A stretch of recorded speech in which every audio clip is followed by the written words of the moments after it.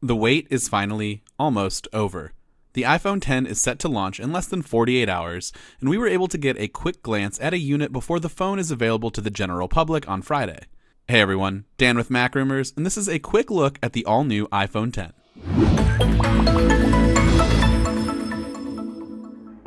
Now before we get started, I would like to note that this model is definitely a demo unit and not a final retail version. It is important to note this because during my limited testing, I have found certain settings to be missing and features like Face ID to be disabled. We will definitely have a more in-depth look at the iPhone X when we unbox our retail unit this Friday. So the first thing I noticed when I held the iPhone X in my hands was that this was a perfectly sized phone, but wow, does this thing have some weight to it. The weight is probably due in part to the all glass and stainless steel design. Now I'm personally a fan of the new glass backing that was recently featured in the iPhone 8 and 8 Plus as well. One design change to note is the elongated power button. It's definitely a noticeable difference, especially to longtime iPhone users. The button isn't quite a dedicated power button though. The button will act as a way to access Siri and Apple Pay. In fact, in order to access the power off menu, you have to hold down the power and volume down buttons simultaneously. It's a bit strange, but I'm a fan of how much easier it is to access Apple Pay with a double tap of this button. Finally, the star of the new design show is the near edge-to-edge display. This display is beautiful and wraps perfectly around the entire front, except for that giant notch on the forehead. To be honest, it took me all of 2 minutes to forget the notch was even there. However, in apps that are not iPhone X optimized or when watching videos, the notch does make an ugly reappearance into your life. Now you can toggle the notch on or off in the TV app, but you will get some weird letterboxing.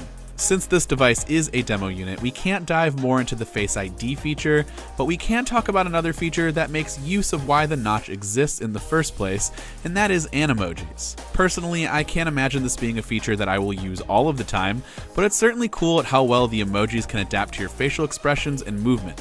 I'm also pretty sure this will be a hit amongst some of the younger folk out there, but it's nice to see some fun every once in a while, and animojis are certainly fun to mess around with.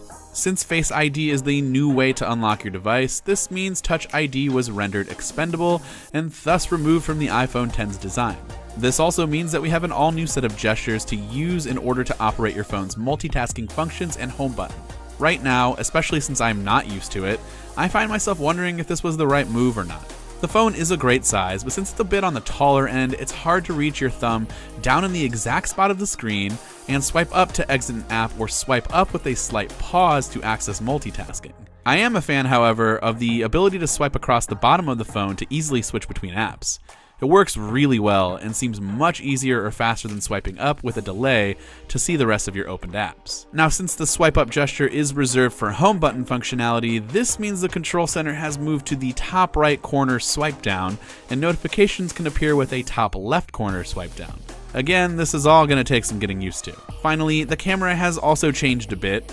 And of course, this is for the better. The cameras are now placed vertically on the back with OIS featured in both the standard and telephoto lens. We will test the camera out more in the days to come, but after using the iPhone 8 Plus, I'm fully expecting some pretty great photos. To sum it all up, the iPhone X is certainly a different device than what we're used to, and although it can have a slight negative impact in early day-to-day use, it's what longtime iPhone users have wanted, a different iPhone experience than the previous 4 models. So keep it locked to the Mac Rumors channel for extensive coverage on the iPhone X in the days/weeks to come, and be sure to let us know your thoughts on the new iPhone X in the comments down below. Thanks everyone for watching, this has been Dan with Mac Rumors, and I will see you all next time.